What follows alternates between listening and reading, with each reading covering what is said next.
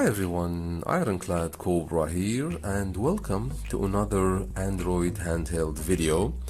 I'm making this special video upon request of many followers on YouTube and Discord, as well as on the Facebook group Retro Handhelds, because there are so many beginners who bought their first Android device and they always ask about guides, videos, instructions how to set up an Android handheld.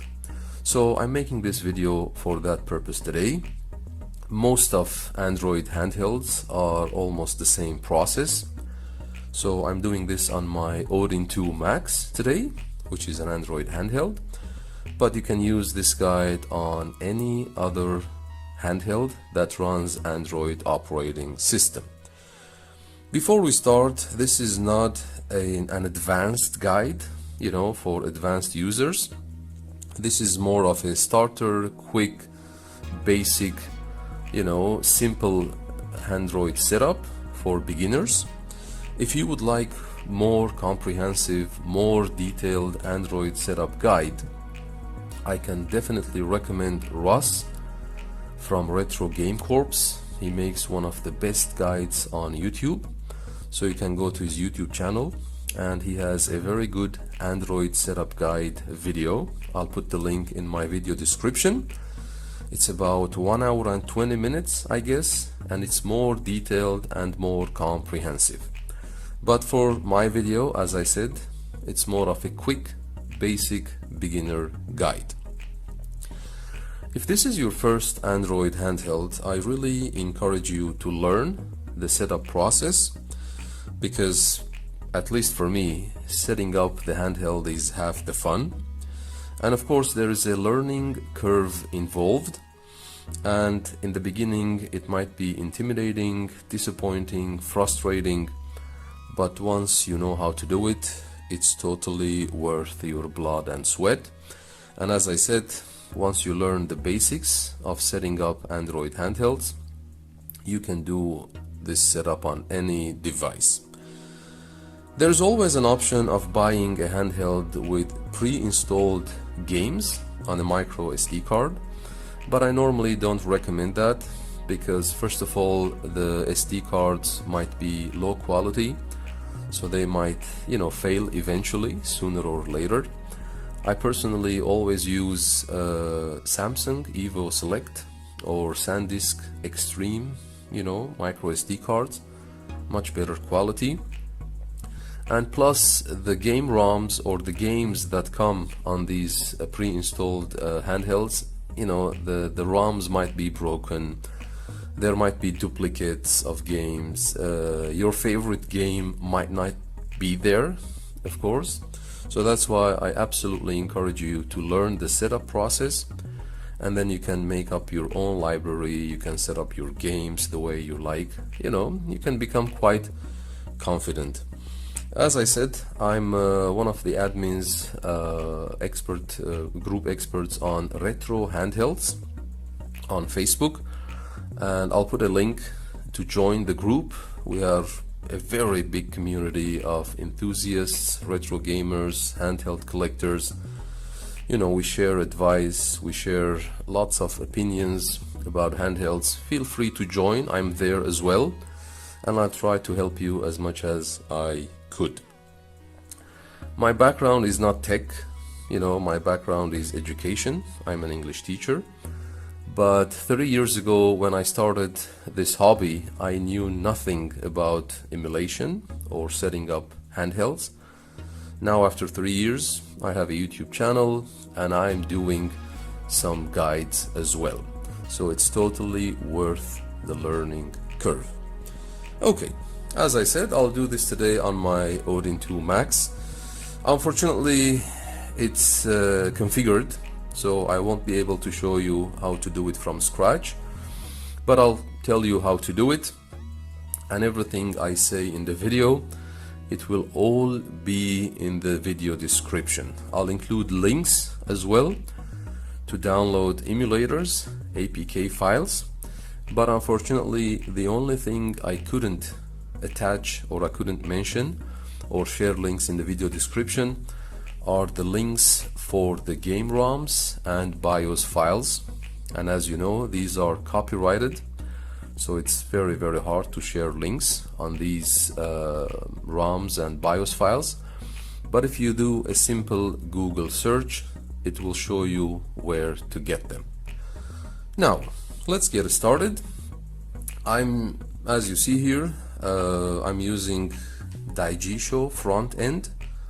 This is one of my favorite front ends for Android, and I have it on all my Android devices. It's completely free. You can download it from the Play Store, and as you see here, I have around 30 game systems. You can see here PSP, PlayStation, Sega Saturn, Sega SG-1000, SNES, TurboGrafx 16, TIC-80 computer. Of course, I also have the YouTube video viewer as well. Nintendo Wii, Sharp X6800, sorry, 68,000, Panasonic 3DO, Atari, my favorite, all-time favorite, Atari 2600, 5200, 7800, Sega Dreamcast, Famicom as well from Nintendo, Sega Game Gear, Nintendo Game Boy Advance, Game Boy Color, Nintendo GameCube, Sega Genesis, Nintendo Game & Watch, Mattel Intellivision, Atari Jaguar, Atari Lynx, Sega Master System, MSX from Microsoft, Nintendo N64, Sega Naomi, NES, PS2 as well, and of course PSP. So it's a great opportunity for you to learn how to set up an Android device. When we start setting up, if it's your first time when you get the device, the first thing is when you switch on the device, you will go through the basic setup. It will ask you to choose the language, configure your Wi-Fi network, and then there's something important that it will show you. It will show you pre-installed emulators. I think some devices, when you buy, they come with pre-installed emulators. Some devices won't. So when it shows you the pre-installed emulators, you can go ahead and choose them. I would personally choose all, just set up all the emulators, because you never know which emulator you will need. So it's safer to set up or pre-install all of them. And then of course it will start as a basic Android device. It's important for you to know that it's best to enable Google Play services, so you can download from the Play Store as well, because there will be some emulators we will need to download from the Google Play Store. When you insert your micro SD card, you can swipe down the top of the screen to see the options. Normally, sometimes it shows you how you want to set up your micro SD card.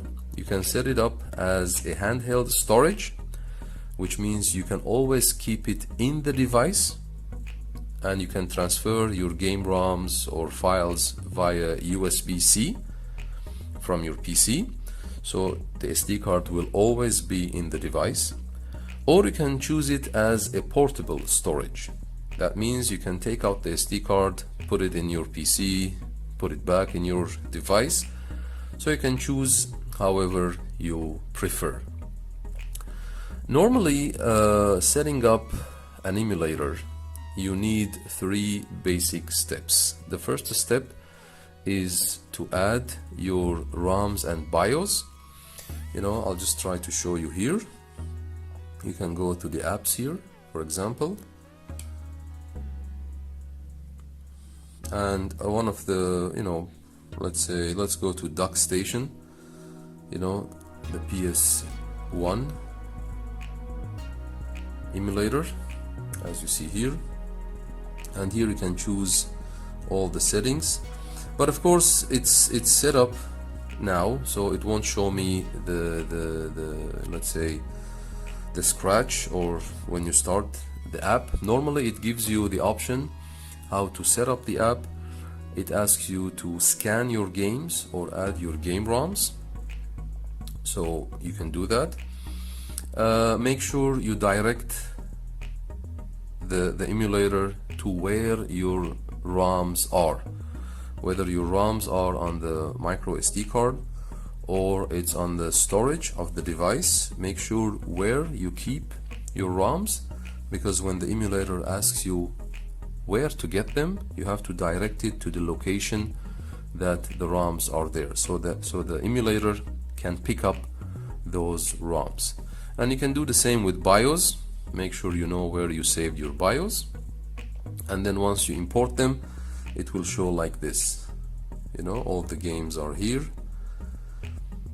Of course, all my games are USA, or you know, the region is USA, but you can also choose PAL for Europe, Japan as well, you know, whichever you prefer. I normally choose USA, although I'm based in Germany. Okay, so you add your games and your BIOS files to the emulator. The second thing, normally you would see online, or let's say, sorry, not online, on-screen display controls. Those are default when you download the emulator. I'll just show you how to remove them later. So you can remove the on-screen controls as well, so you can use the external buttons. And the third thing is how to configure the controls, how to map your keys. Normally when you download an emulator, sometimes it's pre-configured, but most of the times it's not. So you have to manually configure, map the keys, and you will do this only once. I'll show you later how to do it. So those are the 3 steps you need to do when you download an emulator, and after that you can start playing the games. Okay. Now let's move together to some optional setting as well. Sometimes you can set up, let me just go out here.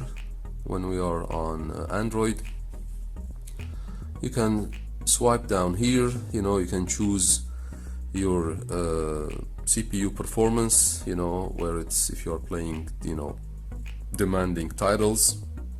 You can choose your fan speed as well. You can choose the RGB lighting as well. There are so many options here you can choose as well. I normally put do not disturb, so when I'm playing a game I don't want notifications to come along. Floating icons, if you want to tap the screen to get your settings, you can do that with choosing floating icon. I normally don't do that. Yeah. And then the theme, of course, whatever you want to configure. These are optional settings. It's always important to check for updates as well. If your system needs updates, you can go to settings.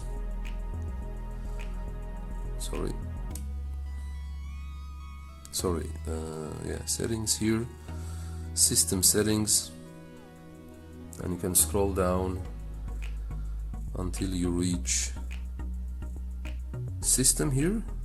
Click on it, update. You can just click on it, and here you can check up updates. If there's an OTA, I'm up to date as well, so no need to check out anything.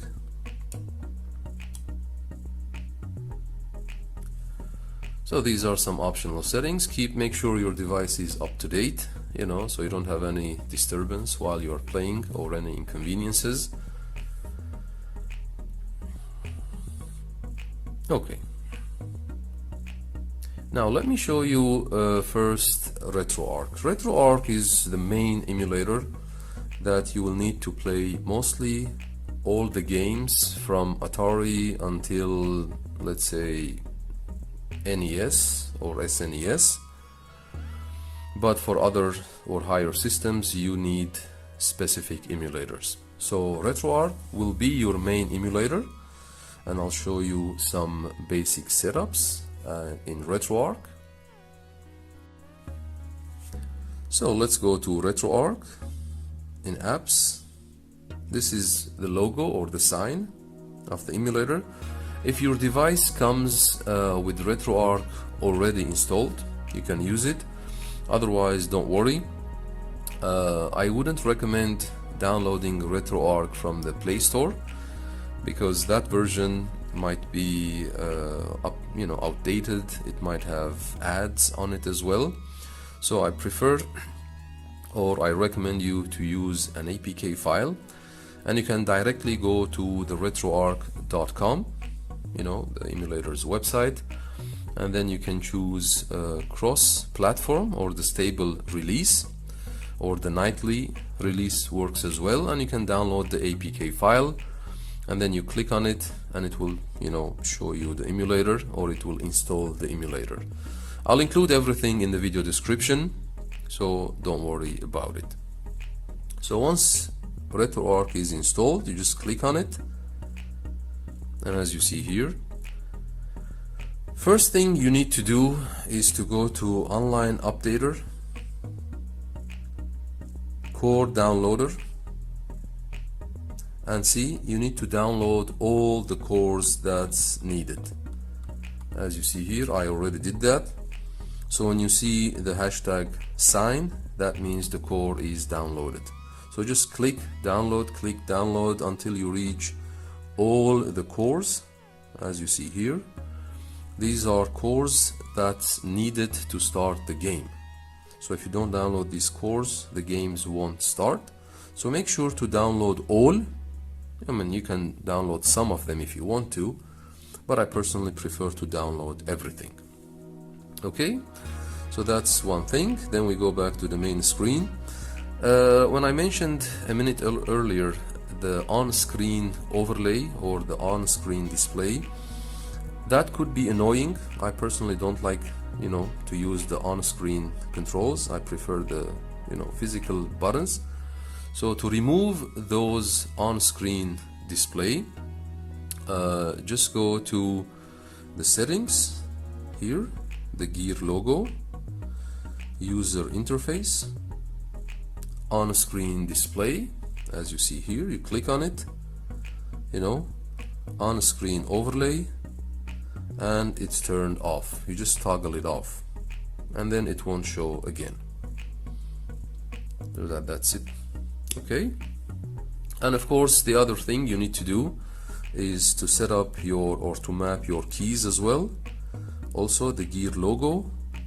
Then you go to input, because we need to input controls, and then you go to hotkeys. You can also set up hotkeys as well here.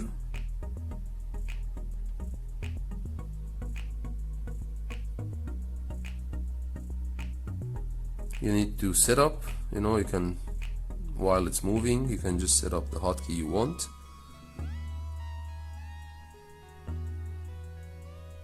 These are the menu toggle controls here, all, whichever you prefer.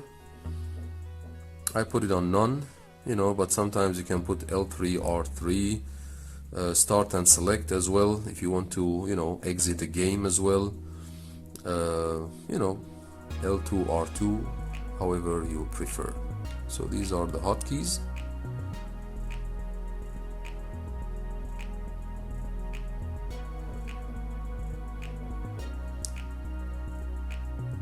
And then let me just show you how to set up the controls as well.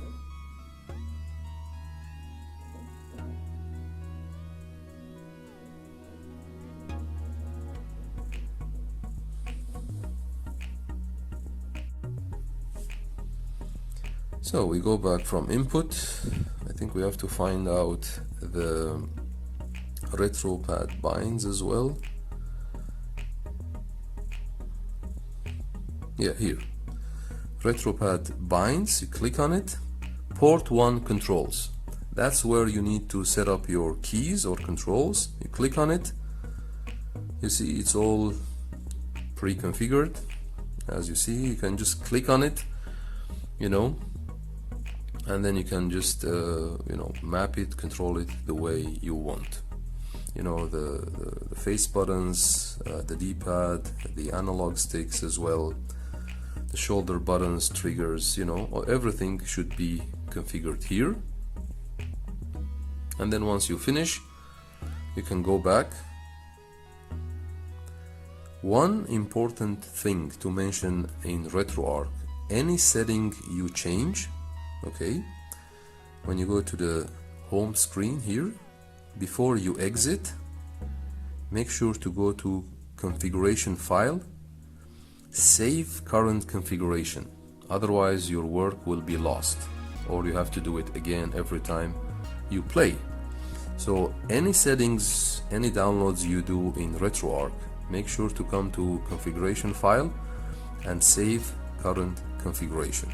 See, it will save everything or every change you did. After that, you can just exit or quit RetroArch. So that's RetroArch. Another important point to mention is the front end that I talked about. I'm using Digi, and as I said, it's completely free from the Play Store. You can just download it. Now, one important point: if you want Digi to be your, you know, home launcher or default launcher, when you switch on the device, it will always go to Digi. So if you want to do that, go to Settings, and then go to System Settings, and then go to Apps, and then as you see here, Digi, you just click on it. Oh, sorry. After apps, we go to default apps here, and then home app, make sure it's set on Digi. So once it's set on Digi, every time you switch on the device, it will go directly to Digi. It will go like this. Otherwise, it will go to the home launcher, whether it's Odin or Retroid, you know, whichever your handheld company or, you know, system is. Okay. Now, normally when you are going to set up Digi as a front end, when you start on, or when you first set up your device, it will show you two options. This is in the setup process. You know, after you choose the language, you configure Wi-Fi, it will ask you to choose either the AOSP launcher, okay, or it will show you the Ein launcher. Normally, if you want to set up Digi as your front end, you have to choose the AOSP launcher, which is the opposite option for the handheld. So same with Retroid. When you set up Retroid devices, don't choose the Retroid launcher, choose the other option. So that will allow you to custom install your own front end. Okay. Now, that's being said, let me now show you also how to add games or systems.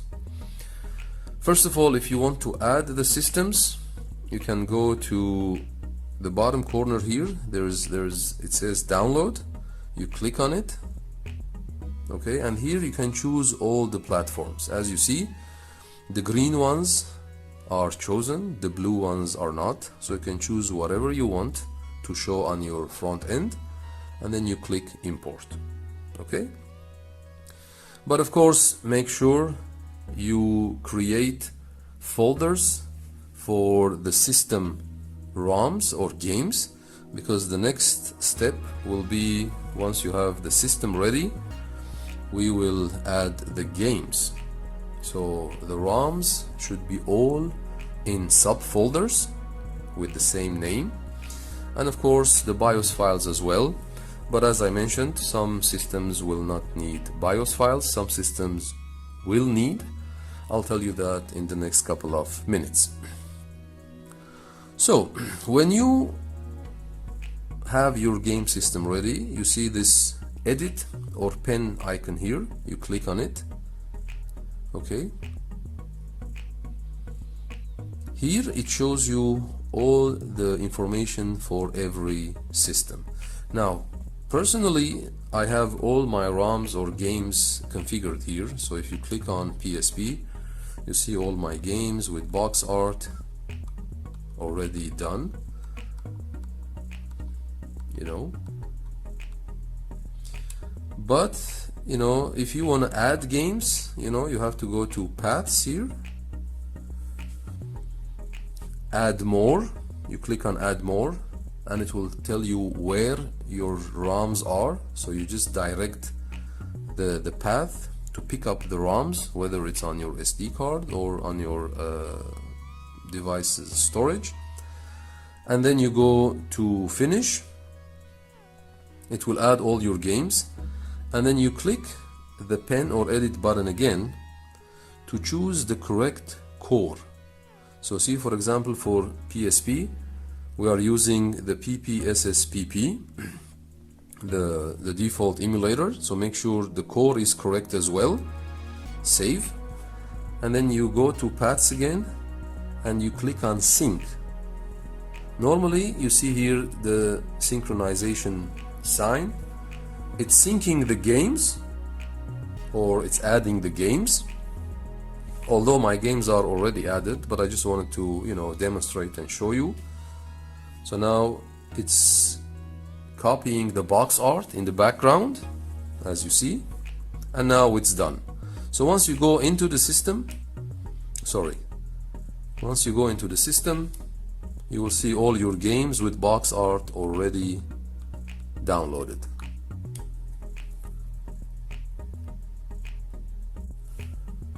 So that's how Digi Show works, and of course I'll include more detailed information in the video description. So if I mention everything here, the video will be 1 hour long. So now the last part for today will be the systems and emulators or BIOS that are needed for every system. So let's go to apps. So first of all, for PSP, PlayStation Portable, we are going to use DuckStation. This is the emulator you need to use. I'm sorry, that's PS1. I'm sorry, my bad. For PSP, we are going to use PPSSPP. You can download it from the Play Store. It's completely free. There is of course a paid version as well, but I think the free version is absolutely fine. The recommended ROM file type will be ISO files. I use normally ISO files, which are absolutely fine. So I'm going to mention here the emulator, if there are BIOS needed, and what type of game ROM files you need. So that's for PlayStation. For PS1, we are going to use DuckStation, as you see here.